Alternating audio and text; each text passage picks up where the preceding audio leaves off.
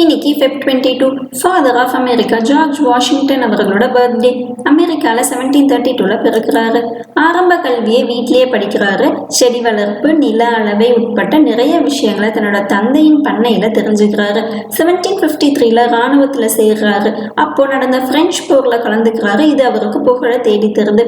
1775 America புரட்சி இராணுவத்தின் தலைமை தளபதியா தேர்ந்தெடுக்கப்படுறாரு. ஏறக்குறைய 8 ஆண்டுகள் பிரிட்டனுடன் நடைபெற்ற அமெரிக்க சுதந்திர போர் முடிவுக்கு வருது. அமெரிக்கா சுதந்திரமும் பெறுது. அரசியலமைப்பு சட்டம் உருவாக்கும் குழுவுக்கு தலைவரா தேர்ந்தெடுக்கப்படுறாரு. 1789 அமெரிக்காவின் முதல் அதிபரா பதவியேற்றுக்கிறாரு. 100% வாக்குகள் பெற்ற ஒரே அதிபர் இவர்தான். அமெரிக்காவின் ஒற்றுமைக்கு பாடுபட்ட உறுதிமிக்க தலைவரா இருந்திருக்காரு. அமெரிக்க வரலாறு இவரிடம் இருந்துதான் தொடங்கப்படுவதா கருதப்படுது. போர், அமைதி என 2 காலகட்டங்களிலும் சிறப்பான நிர்வாக திறன் கொண்டதால் காலங்கள் கடந்தும் புகழ் பெற்று விளங்குறாரு. ஆதரவு, செல்வாக்கு என அனைத்தும் இருந்தும் 3வது முறை தேர்தலில் போட்டியிட போவதில்லைன்னு அறிவிக்கிறாரு. டாலர் நோட்டுகள், நாணயங்கள்ல இவரோட உருவம் பொறிக்கப்பட்டிருக்கு.